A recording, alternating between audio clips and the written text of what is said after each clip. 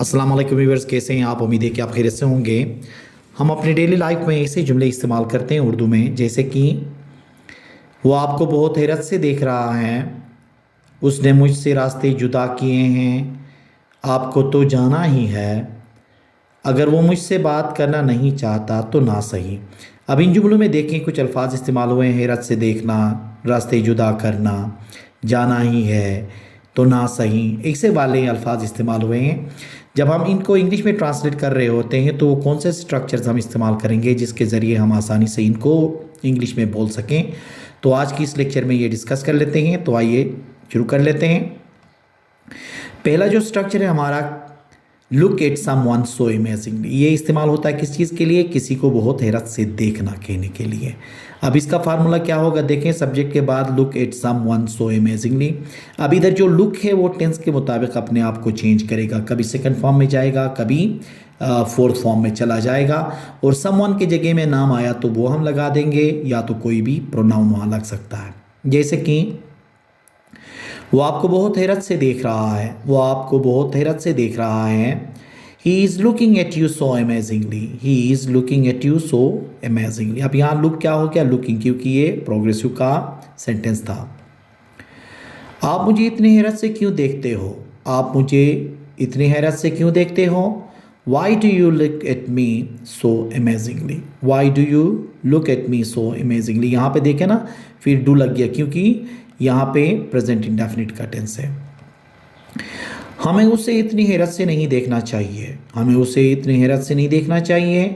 We should not look at him so amazingly, we should not look at him so amazingly. उसने मुझे बहुत हैरत से देखा, उसने मुझे बहुत हैरत से देखा, ये पास्ट का है तो लुक का सेकंड फॉर्म लगेगा।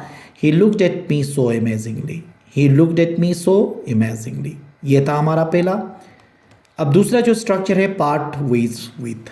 पार्ट वेज विथ का मतलब है रास्ते जुदा करना या अलग होना। कहते हैं ना, उसने तो हमसे रास्ते ही जुदा किए हैं, मतलब अलग हो गया है वो, उसके लिए ये पार्ट वेज विथ का इस्तेमाल होता है। फार्मूला देखिए, सब्जेक्ट के बाद पार्ट वेज विथ, फिर उसके बाद ऑब्जेक्ट लगेगा। उसने मुझसे रास्ते जुदा किए हैं, उसने मुझसे रास्ते जुदा किए हैं तो क्या होगा? उसको इस तरह से भी कह सकते हो, मुझसे अलग हुआ है। He has parted ways with me, he has parted ways with me. आपने उससे रास्ते जुदा क्यों किए? इसको इस तरह से भी बोल सकते हो, आप उससे अलग क्यों हुए? Why did you part ways with him, why did you part ways with him. मैंने उससे राहें जुदा की, मैंने उससे राहें जुदा की। इसको इस तरह से भी बोल सकेंगे, मैं उससे अलग हुआ। तो क्या होगा? देखें, I parted ways with him, I parted ways with him. ये पार्ट जो होगा क्या होगा? ये जो लफ्ज़ है वो टेंस के हिसाब से चेंज होता जाएगा। तीसरा है बाउंड टू। बाउंड टू का इस्तेमाल होता है तय है या होना ही है, मतलब किसी चीज़ को होना तय है, मतलब ठीक है। इसका फार्मूला होगा सब्जेक्ट, फिर उसके हेल्पिंग वर्ब, बाद में हेल्पिंग वर्ब आएगा, बाउंड टू के बाद वर्किंग फर्स्ट फॉर्म, फिर आगे अदर वर्ड्स आएंगे। आपको तो जाना ही है, या तो आपका जाना तय है, या इसको कह सकते हो आपका जाना ज़रूरी है। तो ये होगा you are bound to go, you are bound to go. मुझे बोलना ही था, या मुझे बोलना तय था, या मुझे ज़रूर बोलना था। तो क्या होगा? I was bound to speak, I was bound to speak.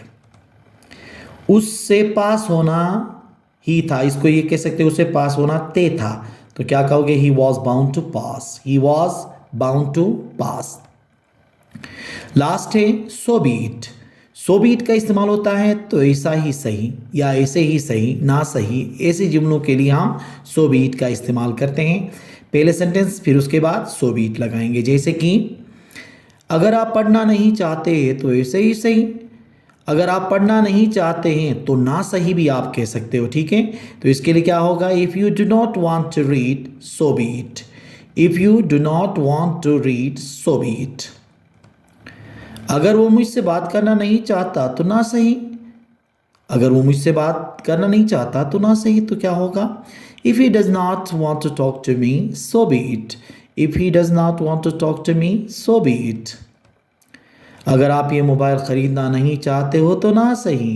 तो इसका क्या होगा? If you do not want to buy this mobile so be it, if you do not want to buy this mobile, so be it। तो so be it का इस्तेमाल होगा ना सही या तो सही सही कहने के लिए हम इस्तेमाल कर सकते हैं। तो ये जो चार जो स्ट्रक्चर्स जो आज हमने पढ़ लिए ये हमारे रोज़मर्रा ज़िंदगी में बहुत ज़्यादा इस्तेमाल होते हैं। तो इनके सेंटेंसेस बनाएं, अपने दोस्तों के साथ इस्तेमाल कीजिएगा ये, ठीक है, बात करते वक्त इंग्लिश में। तो इससे क्या होगा, ये स्ट्रक्चर्स आपको याद भी होंगे और आपकी इंग्लिश जो होगी वो बेहतर होगी। उम्मीद है कि आज का ये लेक्चर आपको पसंद आया होगा। Thank you very much.